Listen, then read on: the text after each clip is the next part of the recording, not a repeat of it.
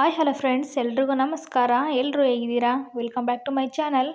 So ಇವತ್ತಿನ ವ್ಲಾಗ್ನ ಈಗ ಶುರು ಮಾಡ್ತಾ ಇದ್ದೀನಿ. ಸೊ ನಾಳೆ ಆಷಾಢ ಶುಕ್ರವಾರ ಆಗಿರೋದ್ರಿಂದ ಒಂದಷ್ಟು ಐಟಮ್ಸ್ ಎಲ್ಲ ತೊಗೊಂಬರ್ಬೇಕಾಯಿತು. ಅಂದರೆ ತರಕಾರಿ ಕೂಡ ಖಾಲಿಯಾಗಿತ್ತು, ಹಾಗೆ ತರಕಾರಿ ತೊಗೊಬಂದು ಅದ್ರ ಜೊತೆಗೆ ಸ್ವಲ್ಪ ಹೂವು ಎಲ್ಲ ಖಾಲಿಯಾಗಿತ್ತು. ಹಂಗಾಗಿ ಹೂವು ಏನೇನು ಐಟಮ್ ಬೇಕೋ ಅದನ್ನೆಲ್ಲ ತೊಗೊಂಬರೋಣ ಅಂತ ಹೇಳಿ ಹೋಗಿದ್ದೆ.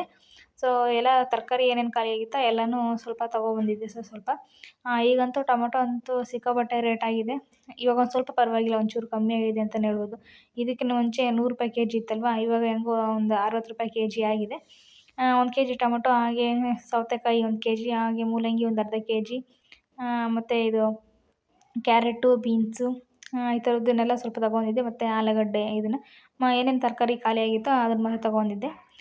ಈಗಂತೂ ಇದು ಸೌತೆಕಾಯಿ ಅಂತೂ ತುಂಬ ಕಮ್ಮಿ ಆಗಿದೆ. ಈ ಸೀಸನಲ್ಲಿ ಜಾಸ್ತಿ ಬರ್ತಾಯಿದೆ ಏನೋ ಗೊತ್ತಿಲ್ಲ. ಬರೀ 20 ರುಪೀಸ್ಗೆಲ್ಲ ಮಾರ್ತಾಯಿದ್ರು 1 ಕೆ.ಜಿನ.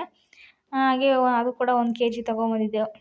ಹಾಗೆಯೇ ಈ ವ್ಲಾಗ್ ಒಂದು ಸ್ವಲ್ಪ ಆದರೂ ಇಷ್ಟ ಆದರೆ ಲೈಕ್ ಮಾಡಿ, ಶೇರ್ ಮಾಡಿ. ಹಾಗೆ ಇದುವರೆಗೂ ನನ್ನ ಯೂಟ್ಯೂಬ್ ಚಾನಲ್ನ ಸಬ್ಸ್ಕ್ರೈಬ್ ಮಾಡ್ಕೊಂಡು ನೋಡ್ತಾ ಇದ್ದರೆ ಸಬ್ಸ್ಕ್ರೈಬ್ ಮಾಡ್ಕೊಳ್ಳಿ. ಹಾಗೆ ಫ್ರೆಂಡ್ಸ್ ಆ್ಯಂಡ್ ಫ್ಯಾಮಿಲಿ ಕೂಡ ಶೇರ್ ಮಾಡಿ. ಹಾಗೆ ಫ್ರಿಜ್ಜಲ್ಲಿ ಹೂವು ಕೂಡ ಖಾಲಿಯಾಗಿತ್ತು, ಫುಲ್ಲೆಲ್ಲ ಖಾಲಿ ಆಗೋಗ್ಬಿಟ್ಟಿತ್ತು.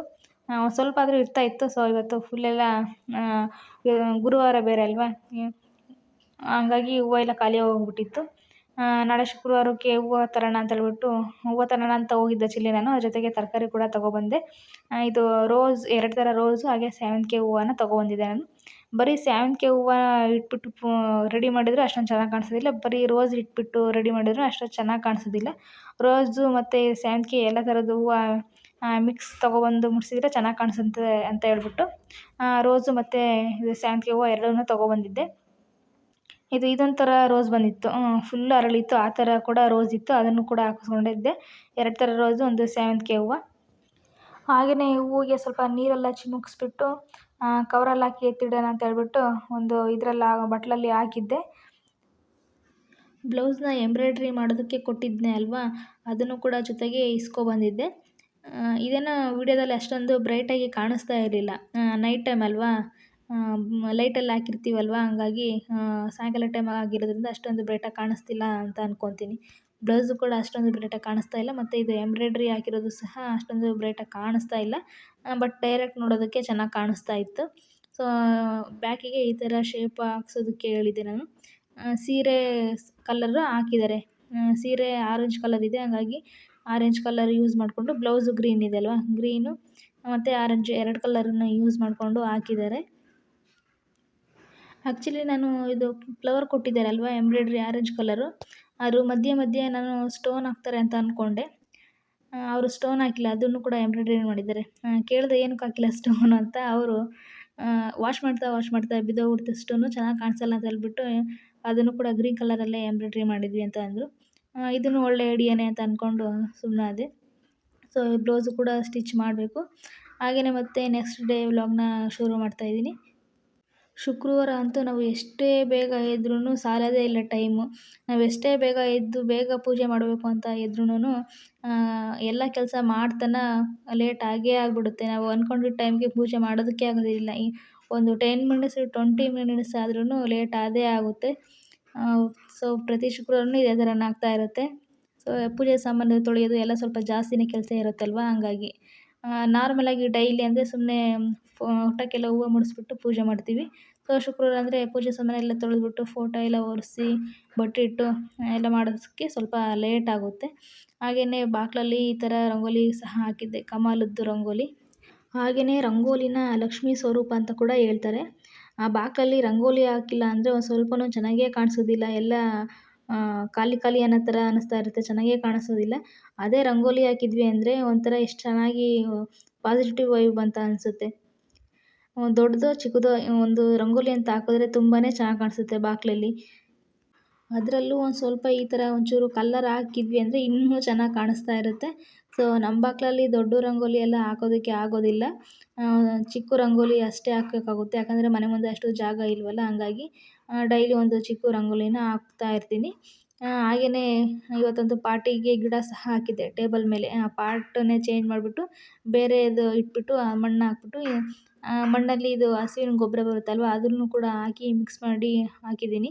ಸ್ವಲ್ಪ ಚೆನ್ನಾಗಿ ಬೆಳೀಲಿ, ಗೊಬ್ಬರದಲ್ಲಿ ಸ್ವಲ್ಪ ಸತ್ವ ಎಲ್ಲ ಇರುತ್ತೆ ಅಲ್ವಾ, ಗಿಡ ಚೆನ್ನಾಗಿ ಬರ್ತವೆ ಅಂತ ಹೇಳ್ಬಿಟ್ಟು ಹಸಿನ ಗೊಬ್ಬರನ ಹಾಕಿ ಮಿಕ್ಸ್ ಮಾಡಿದ್ದೀನಿ. ನೋಡೋಣ ಗಿಡ ಹೆಂಗೆ ಬರ್ತವೆ. ಇದು ದೊಡ್ಡ ಪತ್ರೆ ಗಿಡ ಅಂತ ಹೇಳ್ತಾರೆ, ಅದನ್ನು ಹಾಕಿದ್ದೀನಿ. ಈ ಗಿಡ ಅಂತೂ ಎಷ್ಟು ಚೆನ್ನಾಗಿ ಘಮ ಘಮ ಅಂತ ಸ್ಮೆಲ್ ಬರ್ತಾ ಇತ್ತು. ಹಾಗೆಯೇ ನೆನ್ನೆ ತರಕಾರಿ ತೊಗೊಬಂದಿದ್ದೆ ಅಲ್ವಾ, ಫ್ರಿಜ್ಜಲ್ಲಿ ಸ್ವಲ್ಪ ಎಲ್ಲ ಮಿಕ್ಕಿರೋ ತರಕಾರಿ ಎಲ್ಲ ಇರುತ್ತಲ್ವ, ಸ್ವಲ್ಪ ಕ್ಯಾರೆಟು, ಬೀನ್ಸು, ಈ ಥರದ್ದೆಲ್ಲ ಒಂದೊಂದು ಎರಡೆರಡು ಆ ಥರ ಮಿಕ್ಸ್ ಇರ್ತೀವಿ. ಎಲ್ಲನೂ ಫುಲ್ಲು ಖಾಲಿ ಮಾಡಿದ್ರಿ, ಎಲ್ಲರೂ ಅಷ್ಟೇ ಅಂತ ಅಂದ್ಕೊತೀನಿ ನಾನು. ಎಲ್ಲನೂ ಸ್ವಲ್ಪ ಮಿಕ್ಸ್ ಇರ್ತೀವಿ. ಅದನ್ನು ಒಂದು ಕವರಲ್ಲಿ ಹಾಕಿ ಇಟ್ಟಿದ್ದೆ. ತಂದಿರೋದನ್ನೆಲ್ಲ ಜೋಡಿಸ್ಬಿಟ್ಟು 1, 2 ಮಿಕ್ಕಿರೋ ಅಂಥದ್ದನ್ನೆಲ್ಲನ ಒಂದು ಕವರಲ್ಲಿ ಹಾಕಿ ಇಟ್ಟಿದ್ದೆ. ನೆಕ್ಸ್ಟ್ ಡೇ ಏನಾದರೂ ಮಾಡೋಣ ಸಾಂಬಾರು ಅಂತ ಹೇಳ್ಬಿಟ್ಟು. ಸೊ ಇವತ್ತು ಎಲ್ಲ ತರಕಾರಿನೂ ಹಾಕ್ಬಿಟ್ಟು ಹುಳಿ ಮಾಡೋಣ ಅಂತ ಹೇಳ್ಬಿಟ್ಟು ಎಲ್ಲ ಇಟ್ಟಿದ್ದೀನಿ ಕೆಳಗಡೆ. ಹಾಗೆಯೇ ಇಲ್ಲೇನೋ ನಮ್ಮ ಮನೆಯವರು ಏನೋ ಈವ್ನಿಂಗ್ ಸ್ನ್ಯಾಕ್ಸ್ ಮಾಡ್ಕೊಂಡು ತಿಂತಾ ಇದ್ರು. ಸೌತೆಕಾಯಿ ಎಲ್ಲ ಕಟ್ ಮಾಡಿಕೊಂಡು ಇದೇನೋ ಬ್ರೆಡ್ಗೆಲ್ಲ ವೆಜ್ ಮಯೋನೀಸ್ ಇತ್ತು, ಅದನ್ನೆಲ್ಲ ಹಾಕ್ಬಿಟ್ಟು ಏನೋ ಈರುಳ್ಳಿ, ಟೊಮೊಟೊ, ಸೌತೆಕಾಯಿ ಮತ್ತು ಕ್ಯಾರೆಟ್ ಎಲ್ಲ ತುರಿದ್ಬಿಟ್ಟು ಹಾಕಿದ್ದಾರೆ. ಇದು ಒಂಥರ ಚೆನ್ನಾಗಿರುತ್ತೆ ತಿನ್ನೋದಕ್ಕೆ. ಮಧ್ಯೆ ಮಧ್ಯೆ ಟೊಮೊಟೊ ಮತ್ತು ಈರುಳ್ಳಿ ಎಲ್ಲ ಸಿಗುತ್ತೆ ಅಲ್ವಾ, ಮತ್ತು ವೆಜ್ ಮಯೋನೀಸ್ ಬೇರೆ ಹಾಕಿರ್ತೀವಿ, ಅದು ಟೇಸ್ಟ್ ಕೊಡ್ತಾ ಇರುತ್ತೆ ನಾಲಿಗೆಗೆ ಫ್ಲೇವರು. ಹಂಗಾಗಿ ಅದನ್ನು ಕೂಡ ಮಾಡ್ಕೊಂಡು ತಿಂತಾಯಿದ್ರು. ಸಾಯಂಕಾಲ ಟೈಮು ಏನೋ ಈವ್ನಿಂಗ್ ಸ್ನ್ಯಾಕ್ಸ್ ಏನೂ ಮಾಡಿಲ್ಲ ಅಂತಂದರೆ ನನ್ನನ್ನೇನು ಕೇಳೋದಿಲ್ಲ. ಅವ್ರ ಪಾಡಿಗೆ ಅವರು ಈ ಥರ ಮಾಡಿಕೊಂಡು ತಿಂತಾ ಇರ್ತಾರೆ. ಸೊ ಇವತ್ತು ಸ್ವಲ್ಪ ಎಲ್ಲ ಕ್ಲೀನ್ ಮಾಡ್ಕೊತಾ ಇದ್ದೆ ಅಡುಗೆ ಮನೆನ, ಹಂಗಾಗಿ ಅವರೇ ಮಾಡ್ಕೊಂಡು ತಿಂತಾಯಿದ್ರು.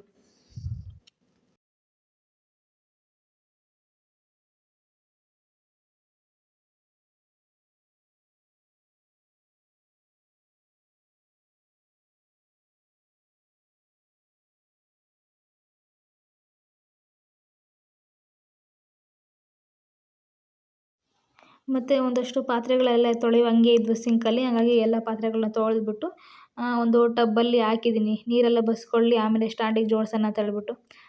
ತರಕಾರಿ ಎಲ್ಲ ಕಟ್ ಮಾಡಿ ಅಡುಗೆ ಸ್ಟಾರ್ಟ್ ಮಾಡೋ ಅಷ್ಟೊತ್ತಿಗೆ ನೀರೆಲ್ಲ ಬಸ್ಕೊಂಡಿರುತ್ತೆ, ಅದಾದಮೇಲೆ ಸ್ಟ್ಯಾಂಡಿಗೆ ಹಾಕಿದ್ರೆ ಆಯಿತು ಅಂತ ಹೇಳ್ಬಿಟ್ಟು. ಮತ್ತು ಇಲ್ಲಿ ವಾಟ್ರ್ ಬಾಟ್ಲೆಲ್ಲ ತೊಳೆಯೋಣ ಅಂತ ಅಂದ್ಕೊಳ್ತಾ ಇದ್ದೆ, ತೊಳೆದೇ ಇರಲಿಲ್ಲ. ಹಾಗಾಗಿ ಇವತ್ತು ಮನೆಯಲ್ಲಿ ಇಟ್ಕೊಂಡಿರೋ ಬಾಟ್ಲು, ಹಾಗೆ ಡ್ಯೂಟಿಗೆ ತಗೊಂಡೋಗೋ ಬಾಟ್ಲುಗಳೆಲ್ಲ ತೊಳೆಯೋಣ ಅಂತ ಹೇಳ್ಬಿಟ್ಟು ಸ್ವಲ್ಪ ಬಿಸಿನೀರೆಲ್ಲ ಕಾಯಿಸಿ ಇಟ್ಕೊಂಡಿದ್ದೆ. ಸ್ವಲ್ಪ ಎಲ್ಲ ಒಳಗಡೆ ಎಲ್ಲ ಫುಲ್ಲು ವಾಶ್ ಆಗುತ್ತೆ ಬಿಸಿನೀರು ಹಾಕಿ, ಮತ್ತು ಅದರೊಳಗಡೆ ಸೋಪಿನ ಪುಡಿ ಆ ಥರ ಹಾಕ್ಬಿಟ್ಟು ಅಲ್ಲಾಡಿಸಿದ್ರೆ ಎಲ್ಲ ಫುಲ್ ಕ್ಲೀನ್ ಆಗುತ್ತೆ. ಒಂದು ಬ್ರಷ್ ಏನಾದರೂ ಹಾಕ್ಬಿಟ್ಟು ಹಿಂಗೆ ನೀಟಾಗಿ ಉಜ್ಜಿದ್ರೆ ಆಯಿತು ಅಂತ ಹೇಳ್ಬಿಟ್ಟು ಫಸ್ಟು ಬಿಸಿನೀರು ಹಾಕಿ ಅದರಲ್ಲಿ ಸ್ವಲ್ಪ ಸೋಪಿನ ಪುಡಿ ಹಾಕಿ ಅಲ್ಲಾಡಿಸ್ತಾ ಇದ್ದೆ. ಅದೊಂದು ಸ್ವಲ್ಪ ಎಲ್ಲ ಹಿಂಗೆ ಡ್ರೈ ಥರ ಆಗಿದ್ದರೆ ಅದೆಲ್ಲ ಸ್ವಲ್ಪ ಸ್ಮೂತ್ ಆಗಲಿ ಅಂತ ಹೇಳ್ಬಿಟ್ಟು ಹಾಕಿ ಅಲ್ಲಾಡಿಸ್ತಾ ಇದ್ದೆ. ನಾವು ದಿನನಿತ್ಯ ಬಳಸೋ ವಸ್ತುಗಳನ್ನ ನಾವೆಷ್ಟು ನೀಟಾಗಿ ಇಟ್ಕೊತೀವೋ ಅಷ್ಟು ಹೆಲ್ದಿಯಾಗಿ ಇರ್ಬೋದು. ಹಾಗಾಗಿ ನಾವು ಬಳಸೋ ವಸ್ತುಗಳೆಲ್ಲ ಅವಾಗವಾಗ ನೀಟಾಗಿ ವಾಶ್ ಮಾಡ್ಕೊತಾ ಇರಬೇಕು. ಒಂದೊಂದು ಸತಿ ನಾವು ಯಾವುದ್ಯಾವುದೋ ಕೈಯಲ್ಲೆಲ್ಲ ಮುಟ್ಟಿರ್ತೀವಿ, ಏನೋ ಮುಟ್ಟಿರ್ತೀವಿ, ಆ ಟೈಮಲ್ಲಿ ನೀರು ಕುಡಿಬೇಕು ಅಂತ ಅನ್ನಿಸ್ದಾಗ ಬಾಟ್ಲ್ ಹಂಗೆ ತಗೊಂಡು ಕುಡಿದ್ಬಿಟ್ಟಿರ್ತೀವಿ. ಹಾಗಾಗಿ ಒಂದು ವಾರಕ್ಕೊಂದ್ಸಲ ಆದ್ರೂ ಈ ಥರ ಬಾಟ್ಲುಗಳಿಗೆಲ್ಲ ಬಿಸಿನೀರು ಈ ಥರ ಎಲ್ಲ ಹಾಕ್ಬಿಟ್ಟು ಅಲ್ಲಾಡಿಸಿದ್ರೆ ಏನಾದ್ರು ಬ್ಯಾಕ್ಟೀರಿಯಾ ಆ ಥರ ಇದ್ರೂ ಸತ್ತೋಗ್ತವೆ ಅಂತ ಹೇಳ್ಬಿಟ್ಟು ನಾನು ಈ ಥರ ಬಿಸಿನೀರೆಲ್ಲ ಹಾಕ್ಬಿಟ್ಟು ತೊಳಿತೀನಿ. ಈಗಂತೂ ಎಲ್ಲ ಕಡೆಯೂ ಡೆಂಗಿ ಅಂತ ಹೇಳ್ತಾ ಇದ್ದಾರೆ. ಎಲ್ಲ ಕಡೆಯೂ ಡೆಂಗಿ ಜ್ವರ ಸ್ಪ್ರೆಡ್ ಆಗ್ತಾ ಇದೆ. ಸೊಳ್ಳೆಗಳೆಲ್ಲ ಕಚ್ಚಿಸ್ಕೊಂಡ್ರೆ ಸೊಳ್ಳೆಗಳಿಂದ ಬರುತ್ತೆ ಅಲ್ವಾ ಡೆಂಗಿ ಜ್ವರ. ನಮ್ಮ ಸುತ್ತಮುತ್ತ ಇರೋ ಜಾಗನೆಲ್ಲ ಸ್ವಲ್ಪ ನೀಟಾಗಿ ಇಟ್ಕೊಂಡ್ರೆ ಸೊಳ್ಳೆಗಳು ಬರೋದಿಲ್ಲ ಅಷ್ಟೊಂದು. ಈಗ ಮಳೆಗಾಲ ಆಗಿರೋದ್ರಿಂದ ಸೊಳ್ಳೆಗಳು ಬೇಗ ಉತ್ಪತ್ತಿ ಆಗಿಬಿಡ್ತವೆ. ಹಾಗಾಗಿ ಸ್ವಲ್ಪ ಎಲ್ಲ ಚಿಪ್ಪಲ್ಲಿ ಅಲ್ಲಿ ಇಲ್ಲಿ ಎಲ್ಲ ನೀರು ನಿಂತ್ಕೊಂಡಿರ್ತವೆ ಅಲ್ವಾ, ಆ ಥರ ನಿಂತ್ಕೊಂಡಿರ ನೋಡಿಕೊಂಡ್ರೆ ಸೊಳ್ಳೆಗಳು ಸಹ ಜಾಸ್ತಿ ಉತ್ಪತ್ತಿ ಆಗೋದಿಲ್ಲ. ನಮಗೆ ಎಷ್ಟಾಗುತ್ತೋ ಅಷ್ಟು ನೀಟಾಗಿ ಇಟ್ಕೊಬೇಕು. ಸೊ ಈ ವ್ಲಾಗ್ ಒಂದು ಸ್ವಲ್ಪ ಆದರೂ ಇಷ್ಟ ಆದರೆ ಲೈಕ್ ಮಾಡಿ, ಶೇರ್ ಮಾಡಿ. ಹಾಗೆ ಇದುವರೆಗೂ ನನ್ನ ಯೂಟ್ಯೂಬ್ ಚಾನಲ್ನ ಸಬ್ಸ್ಕ್ರೈಬ್ ಮಾಡ್ಕೊಂಡೆ ನೋಡ್ತಾ ಇದ್ದರೆ ಸಬ್ಸ್ಕ್ರೈಬ್ ಮಾಡ್ಕೊಳ್ಳಿ. ನೆಕ್ಸ್ಟ್ ಒಂದು ಬೆನಿಫಿಟ್ ವಿಡಿಯೋದೊಂದಿಗೆ ಸಿಗೋಣ. Thanks for watching.